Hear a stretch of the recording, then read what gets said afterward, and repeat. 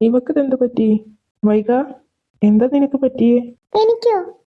ഒന്നുമില്ല. ഇല്ല, നീ കളവ് പറയാ. എന്തോ ഒന്നുണ്ട്. എന്താ എന്നിൽ നിന്ന് നീ മറക്കുന്നേ?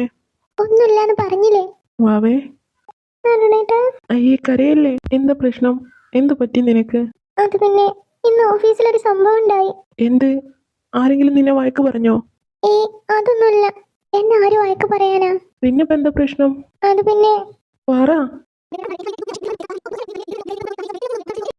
അബിക്ക് കാർത്തിയെ ഇഷ്ടമുള്ള കാര്യം അവൻ എന്നോട് പറഞ്ഞിരുന്നു. അതുപോലെ തന്നെ അവൾക്കും ഇഷ്ടമായിരിക്കുമെന്നും. പക്ഷേ കാർത്തി എന്തിനാ ഇങ്ങനെയൊക്കെ ചെയ്യുന്നേ? ഒന്നും മനസ്സിലാവുന്നില്ല. അവളുടെ പെരുമാറ്റത്തിൽ നിന്നും അവൾക്കും അവനെ ഇഷ്ടമായിരിക്കുമെന്നാ ഞാൻ കരുതിയേ. എനിക്കും അറിയില്ല ഒന്നും. അഭിയേട്ടൻ ഇവിടെ എന്തെങ്കിലും പറഞ്ഞോ? പാവം, നല്ല ഫീൽ ആയിട്ടുണ്ട്.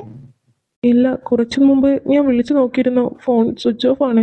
എവിടെയെന്ന് എനിക്കും അറിയില്ല. ഞാനൊന്ന് പോയി നോക്കട്ടെ. നീ വിഷമിക്കേണ്ട, എല്ലാം റെഡിയാവും.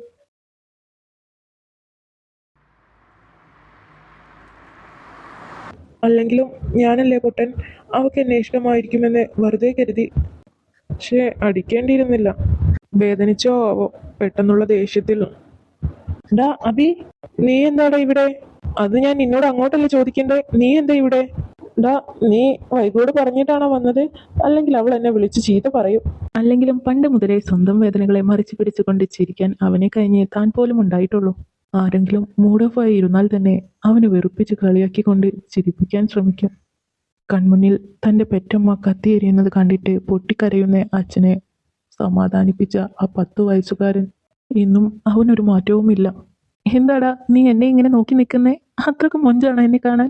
ഷോ, എനിക്ക് വയ്യ. പിന്നെ നിന്റെ സൗന്ദര്യത്തിന്റെ മുന്നിലെ ഐശ്വര്യറായി വരെ തോറ്റു പോകും മോനെ. കളിയാക്കിയതാണല്ലേ. ഓ, നിനക്ക് അസൂയ തോന്നിയതിൽ എനിക്ക് എന്ത് ചെയ്യാൻ കഴിയും? വൈ അല്ല, നീ എന്താ ഇവിടെ? നീ എന്തിനാ ഇവിടേക്ക് വന്നത്? എനിക്ക് വരാൻ തോന്നിയിട്ട്. എങ്കിൽ എനിക്കും വരാൻ തോന്നിയിട്ടാ ഞാൻ വന്നത്. അഭി, പറടാ. നിനക്ക് വിഷമമില്ലേ? എന്തിന്? അല്ല, കാർത്തി നിന്നോട് അങ്ങനെയൊക്കെ സംസാരിച്ചില്ലേ? എനിക്ക് എന്തിനടാ വിഷമം? അവൾക്ക് എന്നെ പോലെ ഒരു സുന്ദരനെ കെട്ടാനുള്ള ഭാഗ്യമില്ല. അത്ര കരുതിയാൽ മതി. അവൾ പോയാൽ അവൾ അനിയത്തി, അത്രയേ ഉള്ളൂ. അതിന് അവൾക്ക് അനിയത്തില്ലല്ലോ, ഉള്ളത് അനിയനാ. ഓ, സ്വന്തം അനിയത്തി തന്നെ വേണമെന്നില്ലല്ലോ. കുടുംബത്തിൽ തന്നെ വേറെ 2 ഉണ്ടല്ലോ. അതിൽ ഒന്നിനെ നോക്കിയാൽ പോരെ? എന്നാലും നീ ഈ പണി നിർത്തൂലല്ലേ? യാ, വൈകു കല്യാണം കഴിച്ചു പോയി. അല്ലെങ്കിൽ അവളെ കെട്ടാമായിരുന്നു. ഡാ, നിക്കവിടെ.